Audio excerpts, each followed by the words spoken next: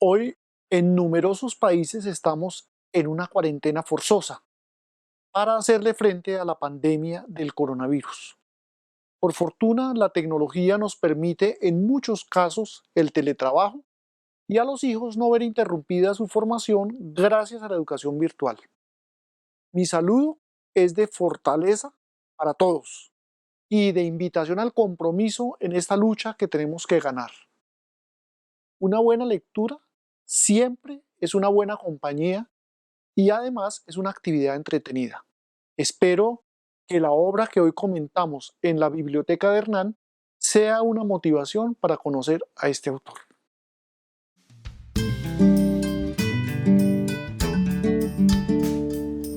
Hola, un cordial saludo.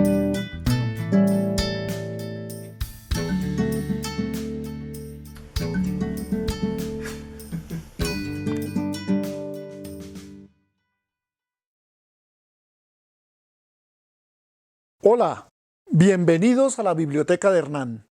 Les doy un cordial saludo. Nuestro tema de hoy es de literatura colombiana y vamos a hablar sobre un autor relativamente nuevo y muy promisorio en mi opinión.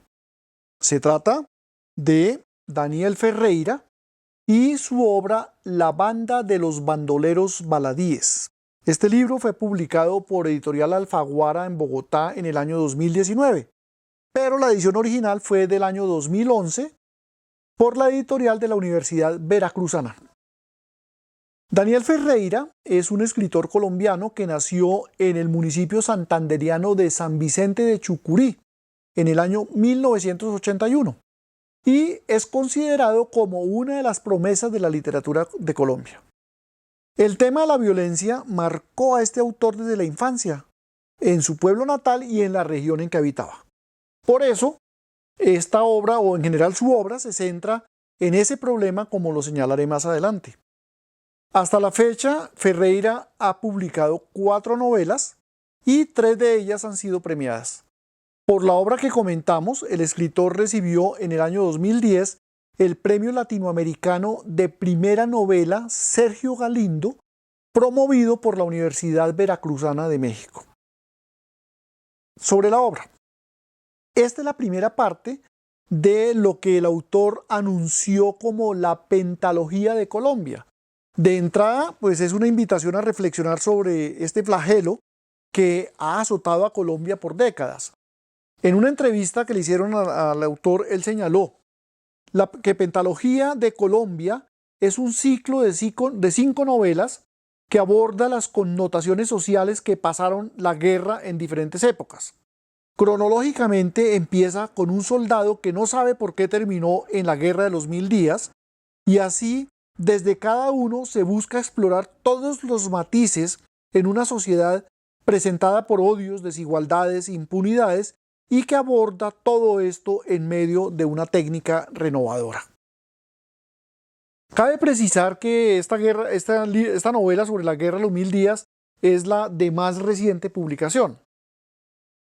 Es claro entonces que el lector de Ferreira va a encontrarse con una trama que involucra alguna de las múltiples modalidades en que la violencia se ha desplegado en diferentes regiones y épocas del país.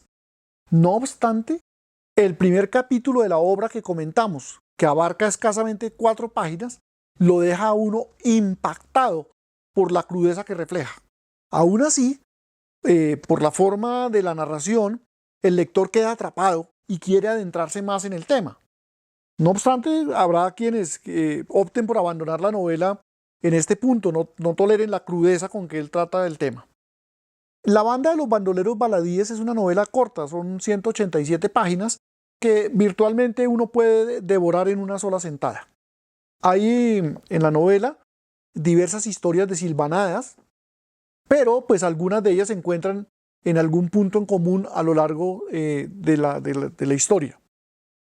Por algunas referencias que hace Ferreira, uno deduce que los hechos narrados suceden hacia finales del siglo XX y comienzos del XXI.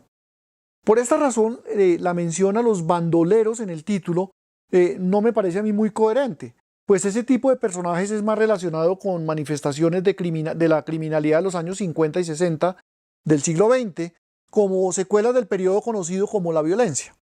Quizás lo que el autor pretende es resaltar que se trata de personas no necesariamente vinculadas a organizaciones criminales de forma permanente y mucho menos a alguna que tenga alguna ideología como justificación de sus actos. En el caso de esta obra, como ya lo mencioné, son historias independientes que se van narrando sin una secuencia temporal definida.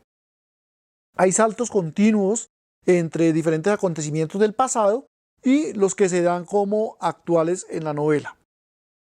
Las historias nos muestran algunos de los factores que indujeron a personas normales, comunes y corrientes a cometer homicidios y a convertir el asesinato en una forma de vida. Aun cuando no se menciona la palabra paramilitares, es un hecho que está presente en la historia de algunos de los personajes, a través de los cuales se deja sugerido su entronque con las fuerzas del orden. Aparecen entre las causales de esta violencia las violaciones a los niños, incluso por parte de los padres, la discriminación por una minusvalía congénita, el abandono, el maltrato o simplemente deseos de venganza como fuentes de esa violencia. Esas personas y sus situaciones particulares coinciden con un periodo en el que se exacerbó la violencia del narcoterrorismo hasta niveles inimaginables, en regiones en las que la ausencia del Estado daba pie a confrontaciones entre guerrillas, narcotraficantes, paramilitares y delincuentes comunes. Fueron las épocas de las listas negras, de las masacres indiscriminadas, las bandas de limpieza social, las sierras eléctricas y muchas otras formas de asesinato con una sevicia inimaginable. Otro factor que sale a flote es la inoperancia de la justicia. Solo en uno de los muchos asesinatos cometidos por los protagonistas hay alguien que va a parar a la cárcel. Predomina la ley por propia mano y la indefensión de la mayoría de las víctimas. Esta novela no tiene un final que cierre todas las historias. La mayoría quedan abiertas, dejando la impresión de continuidad y de permanencia de los factores detonantes. ¿Cuál es la opinión que me genera esta novela?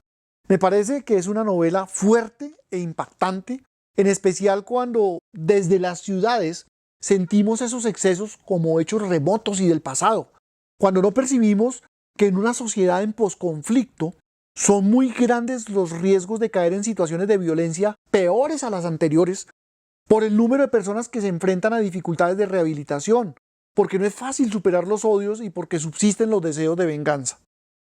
Es una novela muy bien escrita que lleva al lector a ubicarse en los diferentes escenarios que se describen y a palpar con mucho realismo las agresiones que sufren las víctimas y las percepciones de los numerosos personajes que desfilan por esta obra. Siempre es sorprendente que una persona normal pueda terminar vinculada al asesinato y que tome esa actividad como un oficio o como una forma de vida. Algunos de los protagonistas dice que el primer asesinato puede impactar, pero que luego se vuelve una costumbre, se vuelve un oficio como cualquier otro. Eso es impactante. Si bien es cierto que en Colombia hemos visto una creciente literatura sobre violencia, especialmente la vinculada al sicariato y al narcotráfico, siempre serán bienvenidas las producciones que inviten a nuevas reflexiones sobre este problema. Este es el caso de Ferreira. Ferreira deja de lado los temas de las ideologías y de la pobreza como un desencadenante de la violencia para destacar hechos y sucesos de la vida cotidiana en regiones en las que no hay presencia del Estado y en las que florecen actividades ilegales que se convierten en una alternativa de vida para muchas personas. Así termina nuestro comentario de hoy con la invitación a conocer la obra de Daniel Ferreira. Si le gustó este video, lo invito a darle like, a suscribirse y a seleccionar la frecuencia con la que quieren recibir las novedades del canal. Quedo pendiente de sus comentarios y lo invito a seguir difundiendo el canal. Hasta nuestra próxima cita, me despido deseándoles muy buenas lecturas.